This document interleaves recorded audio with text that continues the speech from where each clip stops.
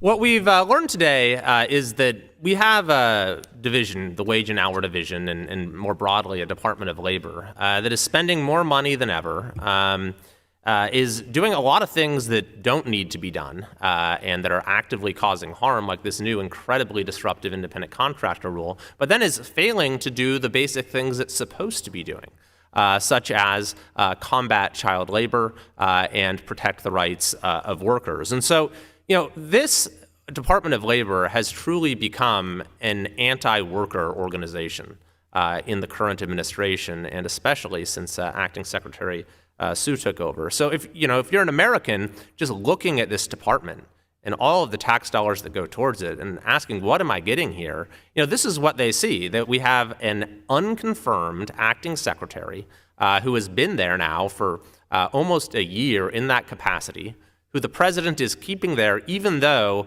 the United States Senate has rejected the nomination. On top of that, we have the department spending more money than ever and now requesting a 31% increase this year in funds. We see that the child labor crisis flowing from the activity at the southern border is not being addressed in any meaningful way from the testimony we've heard today, and the levels are absolutely beyond anything that we've ever seen.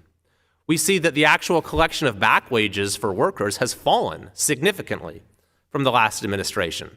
And then instead of focusing on those very important matters, such as protecting the rights of workers and combating child labor, what is the department spending its time on? What is this division spending its time on? On going after American workers, on trying to upend the ability of Americans to make a living on their own terms. That's what this independent contractor rule is going to do. The Chamber of Progress estimates it's going to cost more than 3 million jobs.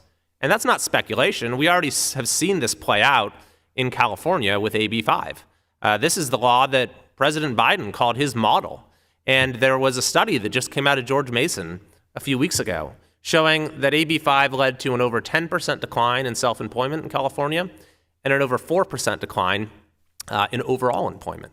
Those are just numbers. I'd suggest taking a look at the stories of folks who have worked their whole careers to become a writer, to become a translator, to become a court reporter, to become one of 600 other professions, and then they just lost it all. They lost their career because of a law. And now this administration, this department, is trying to do the exact same thing to the entire country.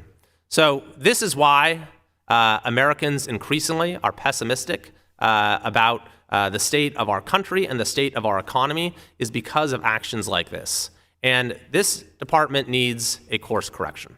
That starts with replacing the unconfirmed, record-breaking acting secretary, Julie Su, with someone who can get support from the United States Senate.